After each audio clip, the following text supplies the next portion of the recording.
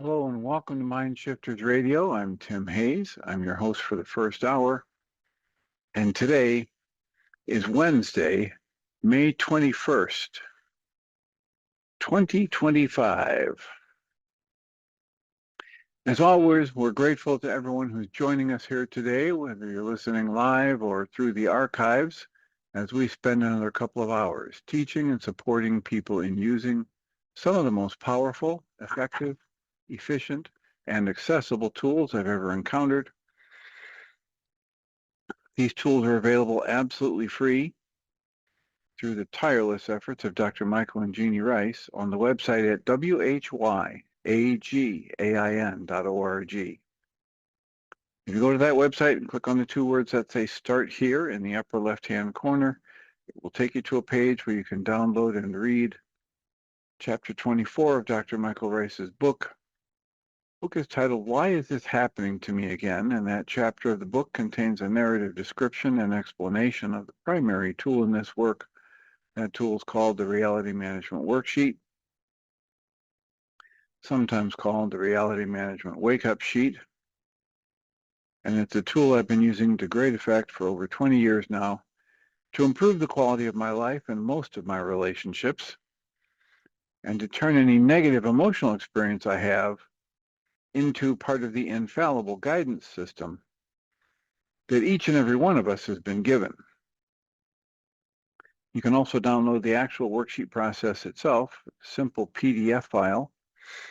Click the link, download it, print it off, copy it as often as you'd like, and use it over and over again, absolutely free. You can also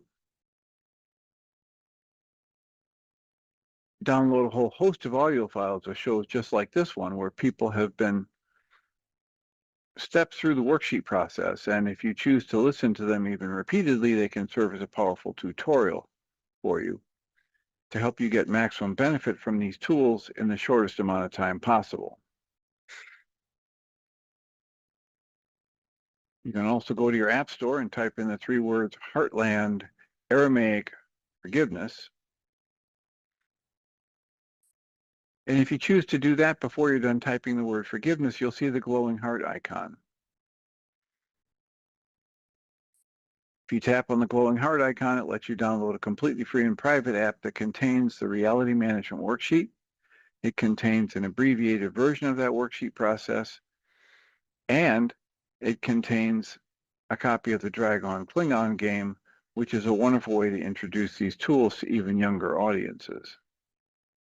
We hope people do all of that soon and often, primarily because it tends to improve the quality of people's lives the more they actively apply these tools in their lives. And secondarily, because it tends to prompt comments, questions, answers, and testimonials. If you have any of those to share with us, we'd appreciate you doing so. You can send me an email at tjh@mindshifters-academy.org. And or you can email Jeanie at jeanie@yagain.org. That's whyagain.org. And if we get a question or a comment from you, we will address it on the internet show, and then as time allows, send you a notification about what day and time that occurred so you can listen back to the archives for your feedback or input. And we greatly appreciate whenever anybody does that, because it makes it so much easier for us to live into our intention with this work. The intention we have with this work is to be of service, and that's just infinitely easier to do when we know how these things are landing for you. If you are able to join us live, we're on Zoom these days, and the Zoom meeting number for this first hour is it's all available on the mindshiftersacademy.org website. You go there and there's a special page that holds the login information for this. And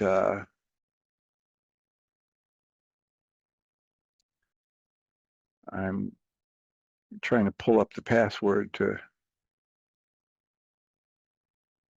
read it right now, not the password, but the meeting code.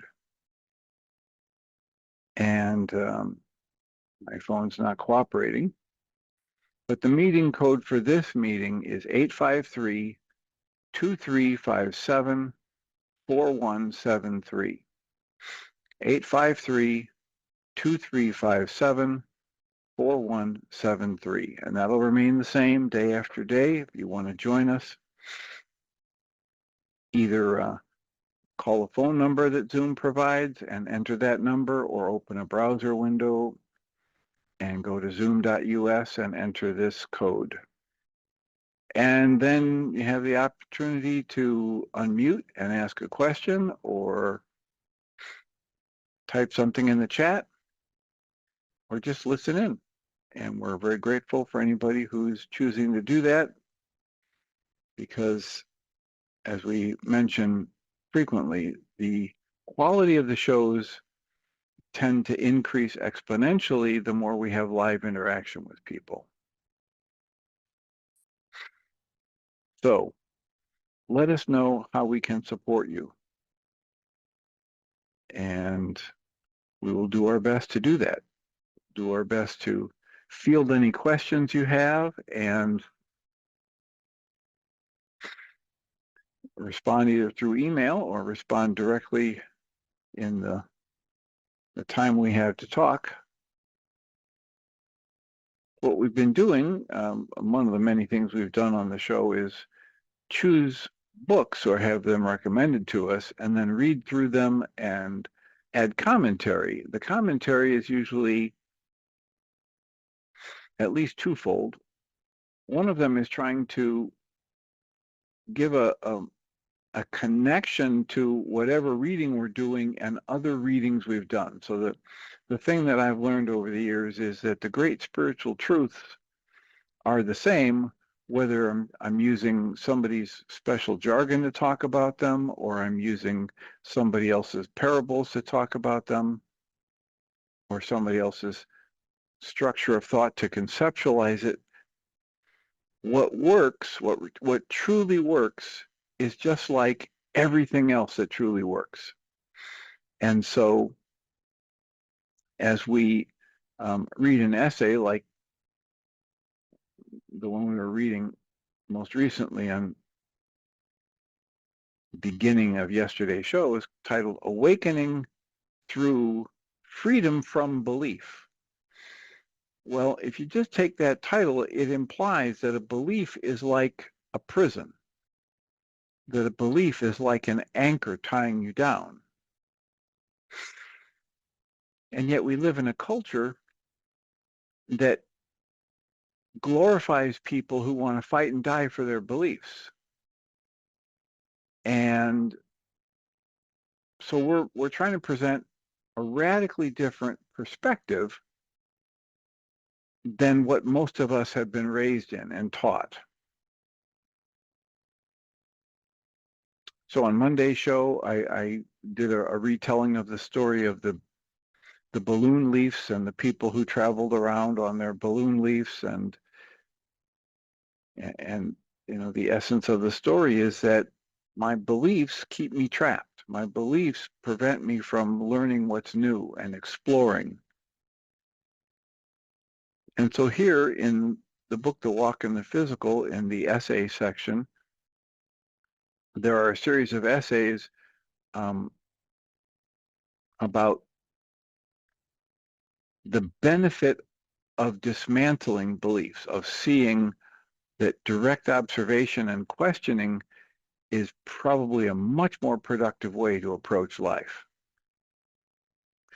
So here, since nobody has a hand up, I'll continue reading. I'm coming back to the beginning of this essay. Christian writes, "There is nothing you believe that you didn't first decide to buy into at some point. Even your deepest assumptions about how reality works, all of these things are viewpoints that you had to establish. They had to be taught to you at some level. Physical reality is a defined context that provides a neutral mirror through which you may experience the nature of your perspectives and your beliefs. Physical reality is such that through its constraints, you may very richly experience your unique perspective. In a reality like ours, that perspective can get incredibly, quote, deep, close quotes, over the course of a lifetime. It can become so convincingly deep that you can forget entirely where you came from. You even become blind to or forget what your assumptions are. So you think that your assumptions are the absolute bedrock truth. This is, in fact, one of the reasons the physical experience is so valuable for the soul. It allows you to truly experience something that's been defined, and it's a unique perspective, and you get to live in it firsthand as though it's the truth. Another reason is that such a deep perspective allows for a very rich place from which you can make choices, so that you can ultimately evolve the quality of your intent toward love. You build strength, you build muscle by working in against something that resists that muscle. You build your ability to choose for love by choosing for love in more and more difficult situations. He goes on and says, as we undertake our exceptionally long journeys across space and time, we seek to grow towards love. An important part of growing towards love is to grow past fear. So I can't truly grow towards love unless I dismantle this tendency to buy into fear. He writes, and as humans, our beliefs are often put in place to protect us from our fears. Thus, in fact, we're doing a great service when we decide to confront our beliefs and face the fears that they are protecting. This awakening process is a very meaningful one indeed. When we face our fear, not only are we able to free ourselves from its shackles, we are able to then actualize a more loving presence in our world for everyone else.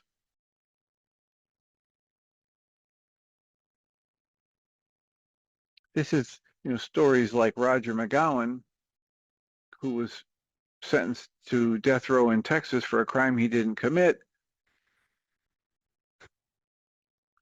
As he chooses for love in the face of that highly and extremely abusive situation, it's a model for others in equally stressful situations or a lot less stressful situations. It's a demonstration that it's possible, even in highly abusive, highly unfavorable circumstances, to choose for love. And it makes the world a better place for everyone who is willing to buy into and learn from that example. Christian writes, even as deep and convincing as this physical experience and its resulting beliefs can be, if you remove or look past all of the thoughts and beliefs, you will find that beneath them is always what you truly are. You are awareness itself. Your awareness is the silent witness to all your thoughts and beliefs. The presence that beholds your entire physical experience is your awareness. You are your awareness. Your awareness is you. Your current beliefs and identity and these little details, they are not you. In fact, you do not need to believe anything or think anything or do anything. And if you feel otherwise, it's because you believe so. So this is the same message that the Way of Mastery has in its lesson where it says, you need do nothing. And it's a critically important lesson. It's a little bit nuanced. And I'm going to read this last paragraph from Christian Sundberg, and then we're going to talk a little bit more about how there's a depth and a richness to the teaching. You need do nothing. And any belief you have about what you need to do is just that. It's a belief. It's a thought. It's not the bedrock fundamental truth of your life. So Christian wraps up this essay by saying, you do not need to fear changing your beliefs or viewpoints at any level. You're absolutely free to do that. In fact, you will find that as you let go of the assumptions that have bound you and truly face and process your fears, you'll end up being more free than ever. For the spirit itself is much more than the forms it temporarily beholds. And there is always great joy when you take a step closer to realizing what you truly are. So let's talk a little bit about this teaching that Christian just reiterated. He says, you do not need to believe anything.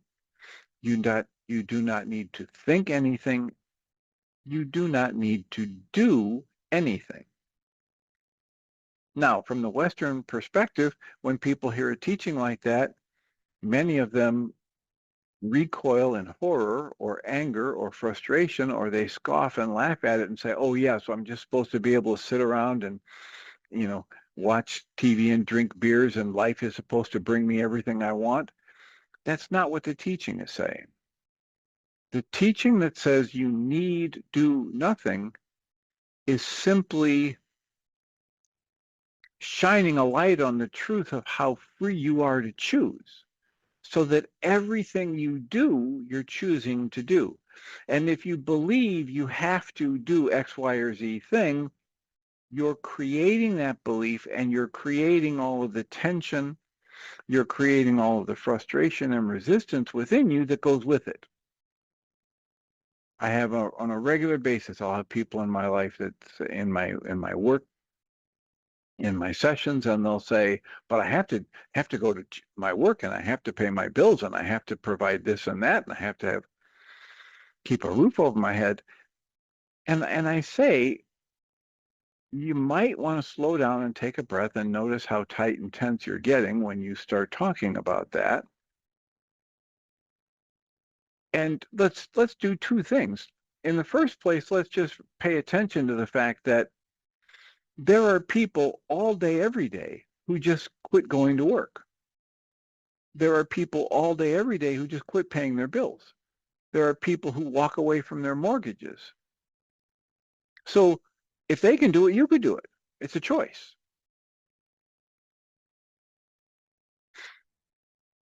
The second thing I encourage them to do is just try it on this way. Notice how tight and tense and intense your energy gets when you talk about what you have to do. And then just try saying it, I'm choosing to work at this job so I'll be able to pay these bills and live up to these responsibilities.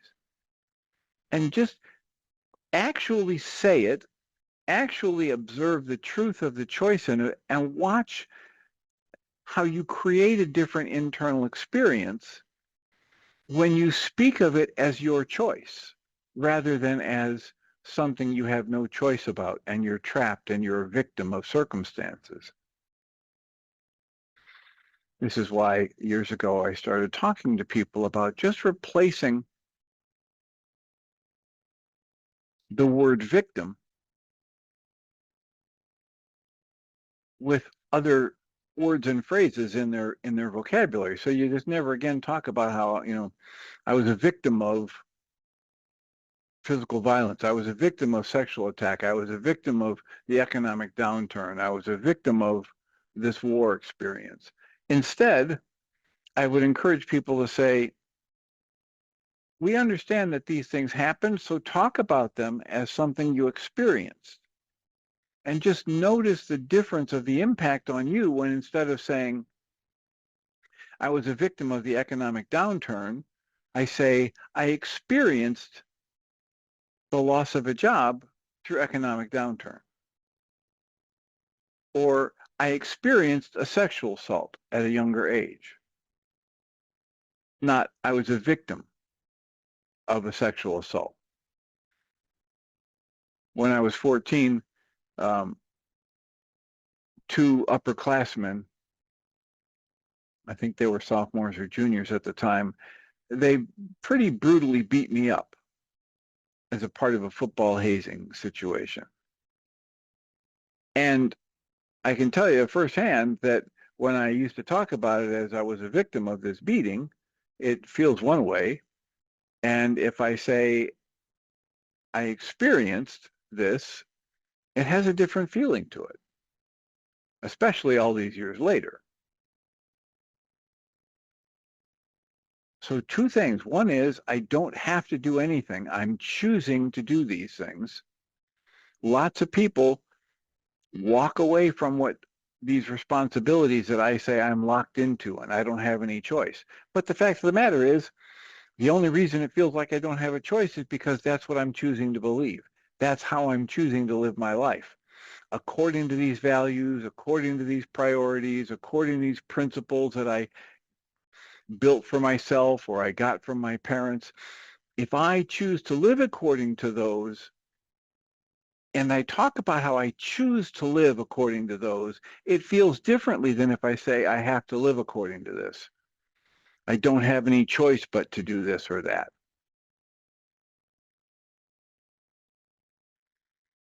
So we're talking about freedom from belief. We're talking about the restrictions we create for ourselves, the tightness, the tension, the upset, the bitterness, the hurt, the resentment that we generate when we think about and then choose to believe that we are locked in and we have no choice, that we are a victim of this situation or that situation. And we're reading from the essays under the category heading, Freedom from Belief. The next essay in that list is titled,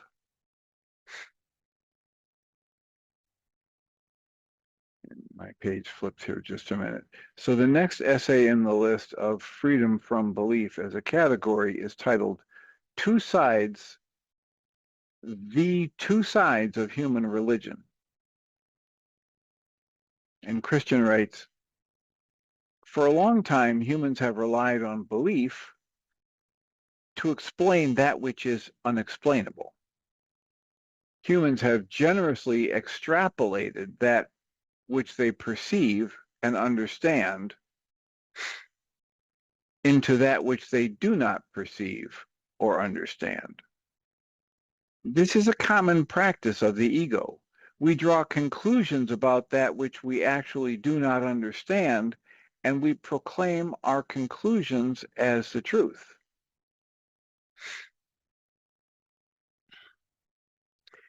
He writes, yet it would not be accurate to categorize religion strictly as a phenomenon of ego and belief, because in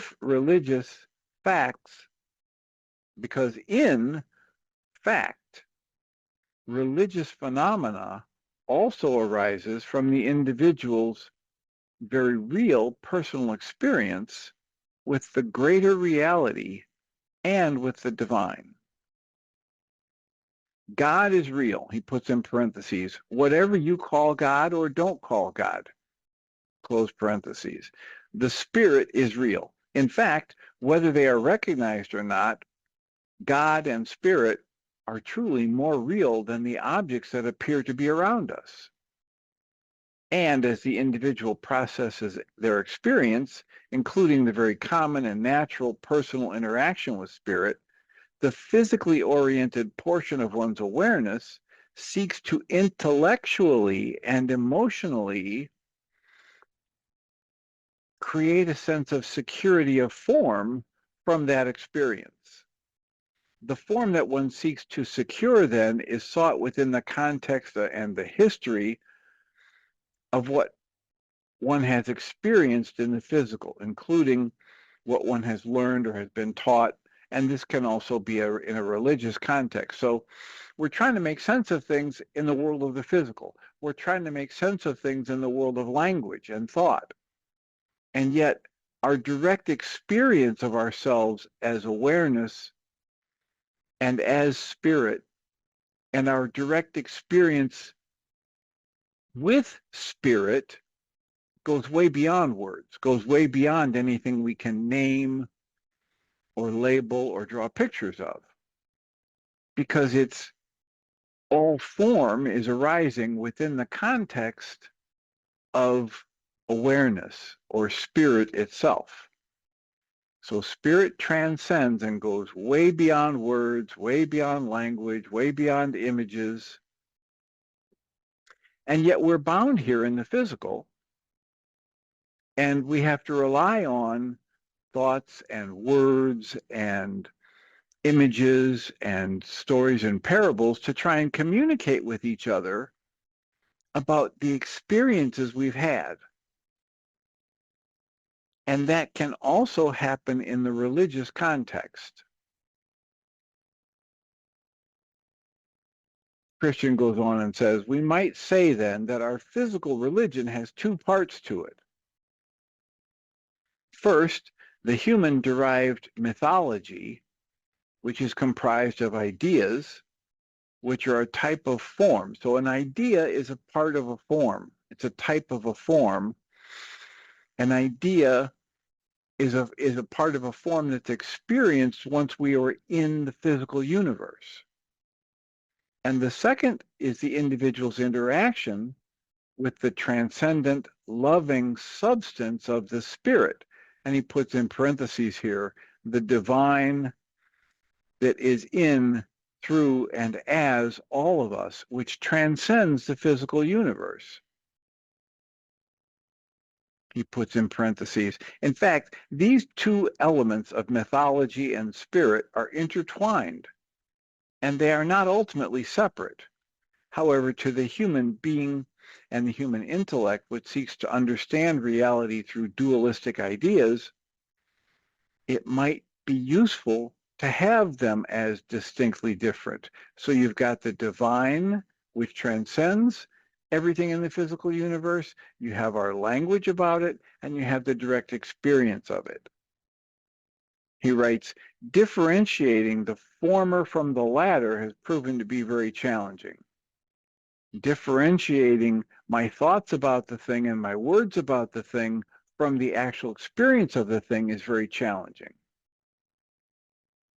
This is understandable considering that the divine can seem invisible unless we personally equate it to one or more forms, like words, ideas, beliefs, etc. So in truth, the spirit of all things and all forms of this universe, including our many objects, words, and ideas, the spirit transcends all of those things. So your spirit transcends your physical body. Your spirit transcends your thoughts about your physical body. Your spirit transcends any words you might create about it, any words anyone has ever spoken about it.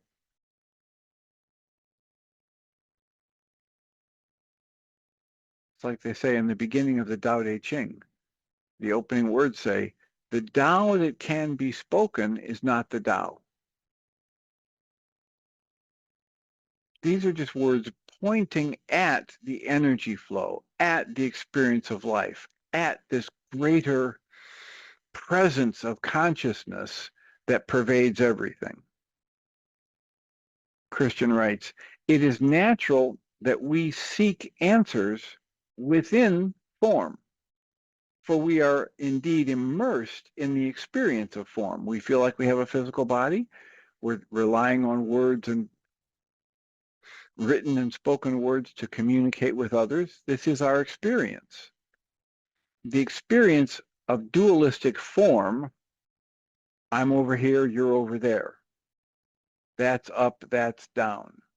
The light is on, the light is off. This is dualistic form. We are separate from each other. We are separate from our creator. This experience, even though at a deeper level, it's just a hallucination, it's just an illusion, but the experience of it is very real.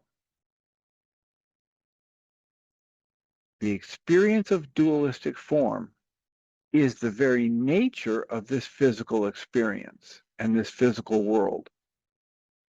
And as we are experiencers of form, form is often very important to us. Sometimes it even seems necessary as we reach for the divine. For instance, revering a name, revering a book or an idea or any set thereof can in fact be deeply meaningful, and it can be genuinely important to the individual along his or her spiritual walk.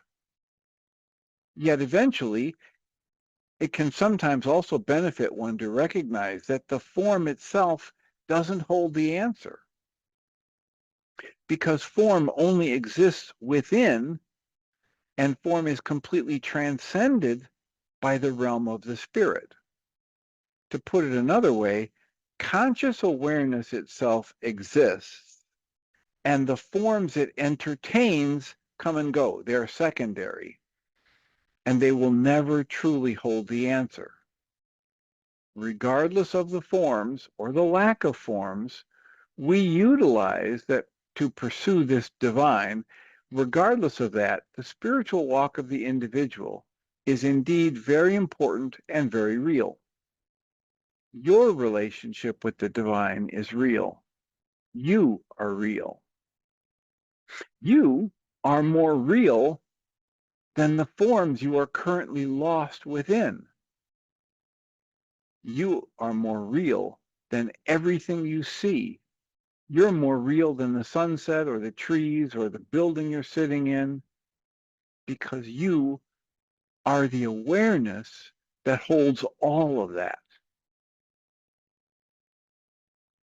That which stirs your soul, your truest self of selves, also dwells and exists beyond any ideas that you may have temporarily adopted about yourself or about the world. So he asks, how can we who are so bound to the experience of duality differentiate between the mythology of form and the true substance of spirit? It's important to recognize that the realm of spirit is not far away. In fact, the Way of Mastery says time and again, it's closer to you than your own breath, and it awaits your discovery. In fact, Christian says, distance itself is not fundamental, and it only exists as an experience. Spirit is the most real thing you know. Your awareness is spirit. You are spirit. The awareness of being here, now, listening to this book with your intellectual mind of form, is an exercise ultimately being undertaken by spirit, which is your awareness. You may have gone very deeply into the dream of form so that you don't even remember how you got here, and yet you still have the ability right now to exercise your most inalienable spiritual power. It's your power to intend, your power to choose. You can intend or choose to help you separate the substance from the illusion.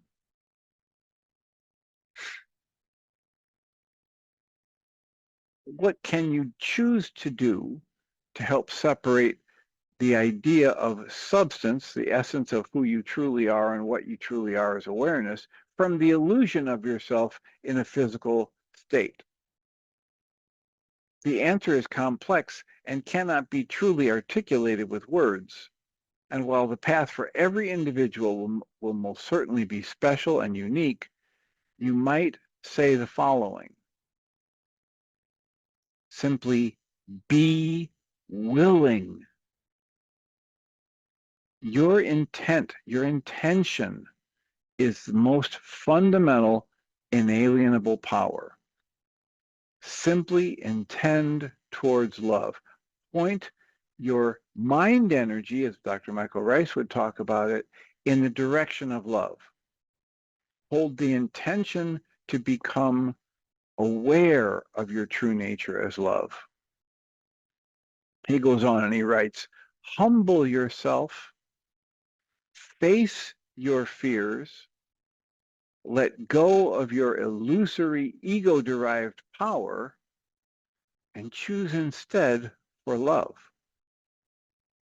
Rather than listening primarily to these rehearsed beliefs, admit to yourself that you actually do not know. Way of Mastery says time and again, in truth, I don't know what anything is or is for. I don't know what any of my brother and sister need. They even give us an exercise to walk around throughout the day and pick up an object and understand, I don't know where this thing came from. I don't know what it's actually made of. I don't know where they sourced the materials to put this thing together. I don't know when the first human being had an idea to create a cup or a pen or a saw. Christian goes on and says, intend to open yourself up to what the Spirit is saying to you. Have the intention to let everything fall away that may wish to fall away, even if fear arises in you, even if it be your very life that looks like it's going to fall away. Listen humbly to your intention. Be willing to be wrong. Encounter what you feel what you feel what you are. Be willing to challenge anything, yet be gentle with yourself, for nothing can ever truly be wrong. Right? Listen humbly to your intuition. Be willing to be wrong. The Reality Management Worksheet says, I cancel my need to be right. I cancel my need to make up another story out of my experience, out of what my mind seems to be telling me, out of the data points that are hitting my senses right now. I cancel my need to be right and make up another story to try to prove that the picture that's showing up in my mind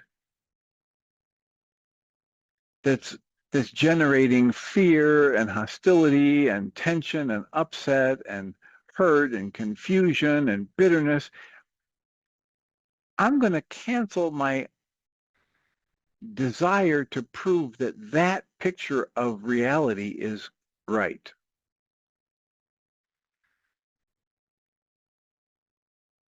Be gentle with yourself and understand nothing can ever truly be wrong. Humanity is ready to grow.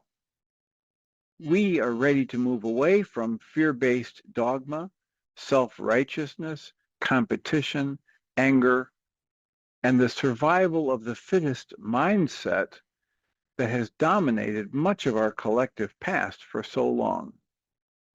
We are ready for a more loving future. It is time to stop fearing. In order to stop fearing, we need to be individually willing. This is how we talk so often to people. This is what we're trying to talk to Susan Bingham about yesterday. Rather than focusing on what someone else is doing or what someone else that I fear, I'm generating fear about how their life might be, just pay attention to the fact that I'm generating the fear. I must be willing to actually face that fear, face that pain, and process it. We need to take individual responsibility for all aspects of ourselves. We need to be willing to challenge and change our beliefs as our personal experience, our personal reason, our personal intuition actually guide us. That path is a very personal path for each individual. It is sacred, and no one can walk it for us. And yet, as you walk your unique path today, please know this. You are love. You're the stuff of love expressing in form. You are full of light.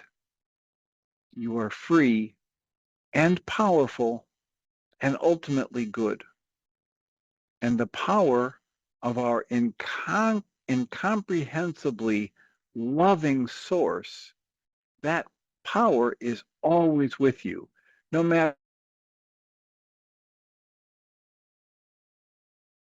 or to serve it. Your essence is awareness. Your essence remains continually connected to its source. That is the end of that essay in the section titled Freedom from Belief. And that's a longer essay titled The Two Sides of Human Religion.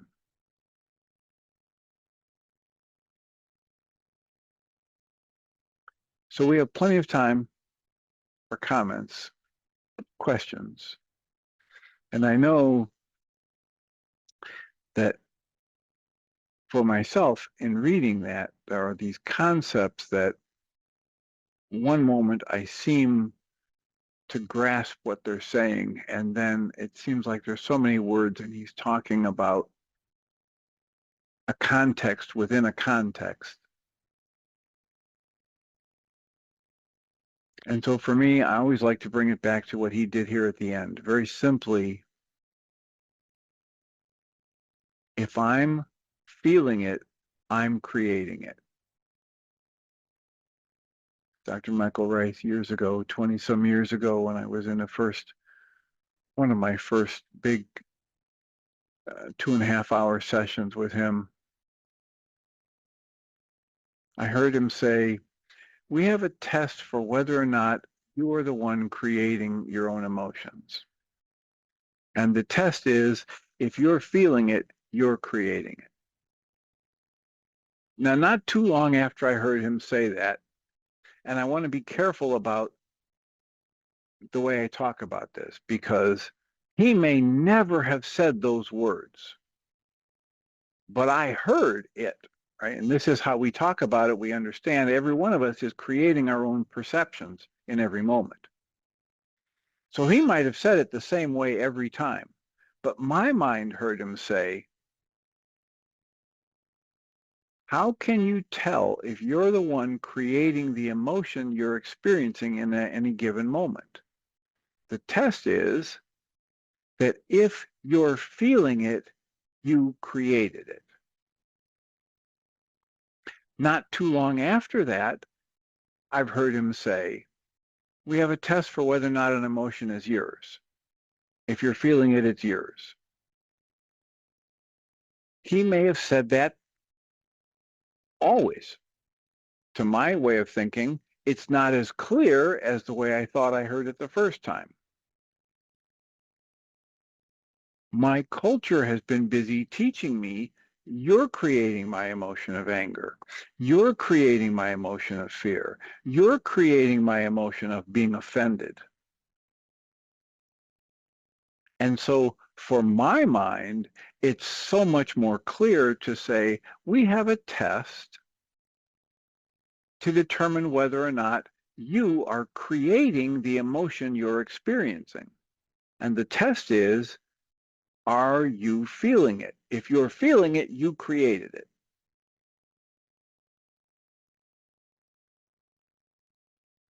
So to boil all of this stuff down about belief and about two sides of religion and about the duality and the physical form versus the spirit, I like to just keep bringing it back to the simplest form of what are you feeling in any given moment?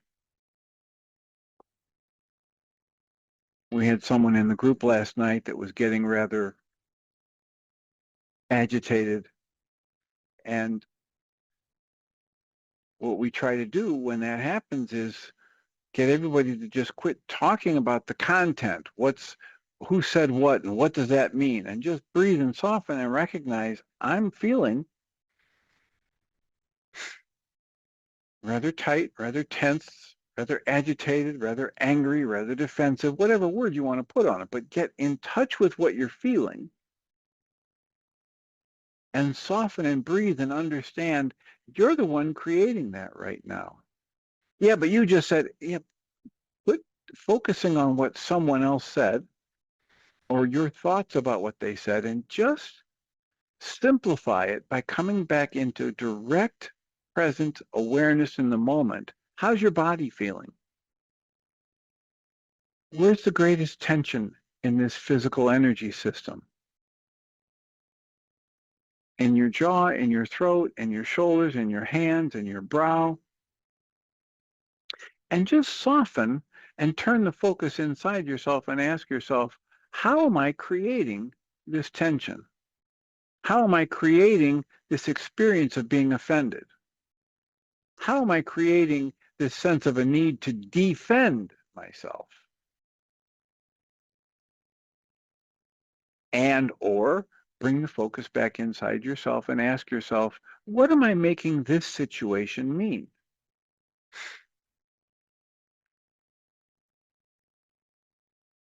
The goal for me in those moments is to dismantle my energies around the emotions that I generate by pouring my mind energy into a specific thought pattern. And the more I can dismantle those energies, the more my vision clears up, the more I perceive something closer to the actuality of life. The higher my upset level goes, the more I generate fear or worry or irritation or disgust or anger, the less accurately I'm going to see the world in front of me.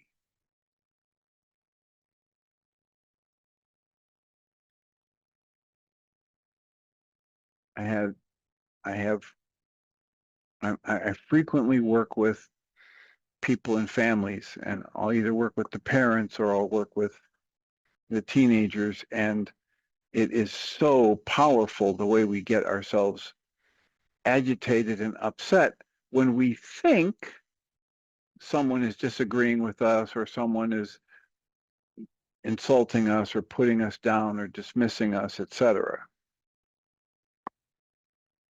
And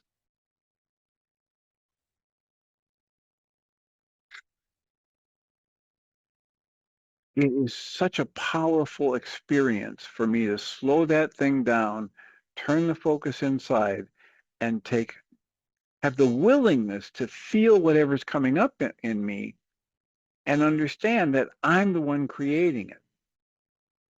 To turn the tables on everything that my culture has taught me up until this time and start to question.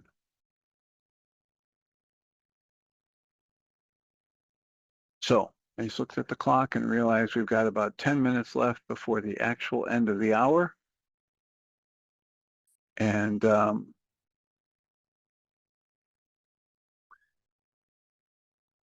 I'll just leave some space if someone wants to comment or question or make a suggestion.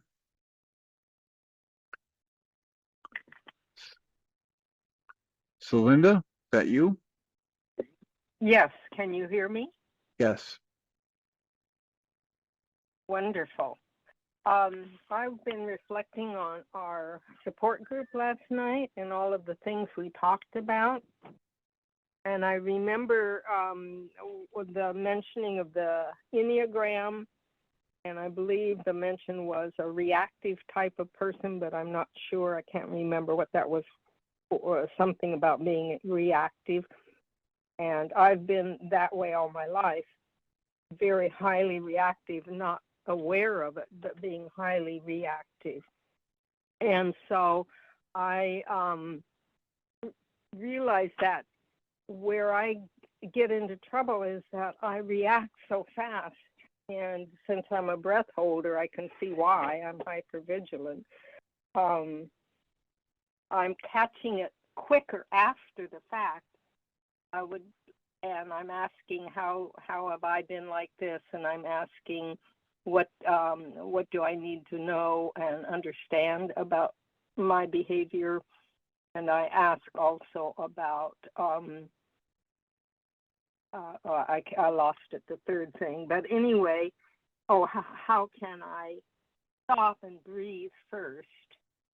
And so I was thinking that perhaps something like still point breathing or any meditation, which I've highly resisted, and that came up in the meeting last night too, would be a good adjunct for me in relation to doing my forgiveness work, with canceling my need to be right, asking to find out what my goal is, what is the underlying thought.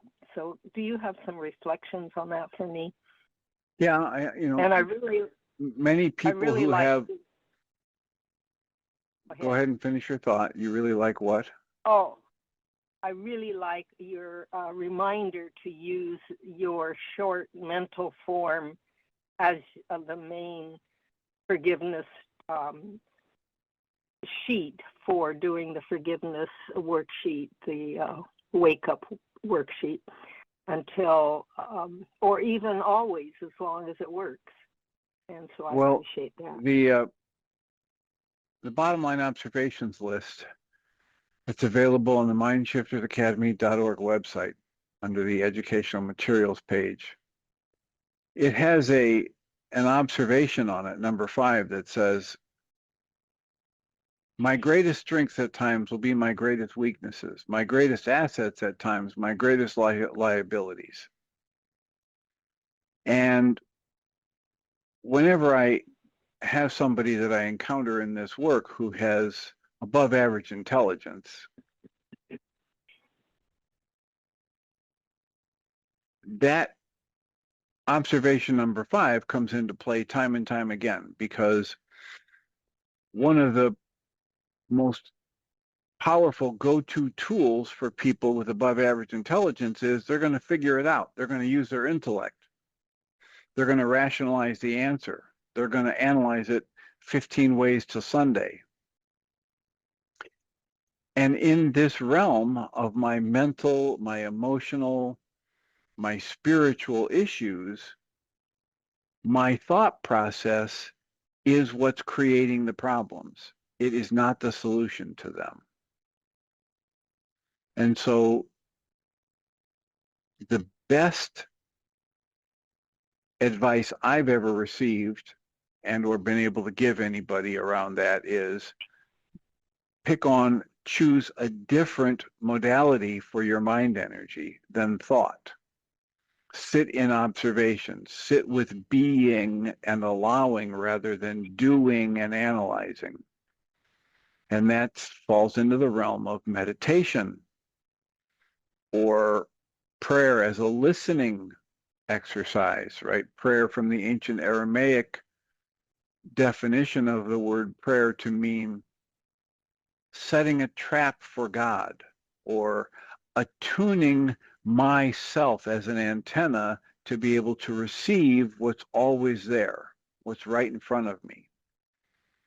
And so I would strongly recommend anybody with above average intelligence who's having a difficult time being more peaceful, being more loving, dismantling their energies of frustration and fear and worry, that they spend time in whatever form of mindfulness or meditation or this particular kind of prayer, which is this open, allowing space, and that they do that on a regular basis just to see how it might produce something different than the constant churning with the intellect and the evaluating and the sorting it out at a logical level. And the insights I received from the support group last night, the realization that the hypervigilance is it was something you said, I'm sure, is trained. We train ourselves into hypervigilance because in the situation we experienced, we needed to be hypervigilant, but then it becomes this habit, this incredibly grooved habit that is years, I would say 75 years or more ingrained in me. And I don't even know I'm being hypervigilant. And the comment that was made about the others around the hypervigilant person don't even know that that person is hypervigilant. I would say that I don't even know I'm hypervigilant. I'm nice, I'm pleasant, I'm loving, all of these attributes until the trigger comes. And so that helped me really with the connection, and I can see why I don't want to meditate. And it's not the trigger. This is another point from our talk last night in the support group. It's not that the trigger comes. It's that you decide to interpret something as needing the hypervigilant response at an even higher level. So Perfect. You have a set point. Let's say that the average person on a scale from 0 to 100, and 0 is perfectly calm and 100 is absolute fight or flight terror, and the average person lives their life at a 20 or 30 on that scale, and the hypervigilant person lives their life at a 70 or an 80 on that scale. And many people who live at that level have also learned to hide that from others and to cover it up with a smiling face and a calm tone, but they're underneath, they're churning. And as life flows, every once in a while, they'll choose an interpretation for something in their environment that has them jump up to the 85, 95, 100 level agitation. It's not a trigger on the outside. It's the inside belief that this means this, and that's resonating with my need for ultimate protection. So think about that. I will mute you so we can wrap this up for today. I greatly appreciate the call as always. I will remind people that Michael and Jeanie are going to start their second hour here soon, and Michael has a different number for the Zoom call. The Zoom call for the second hour has the meeting ID of 846-138-24189. 846-138-24189. I'll remind us all that we come from love. We're made of the stuff we call love. We actually are.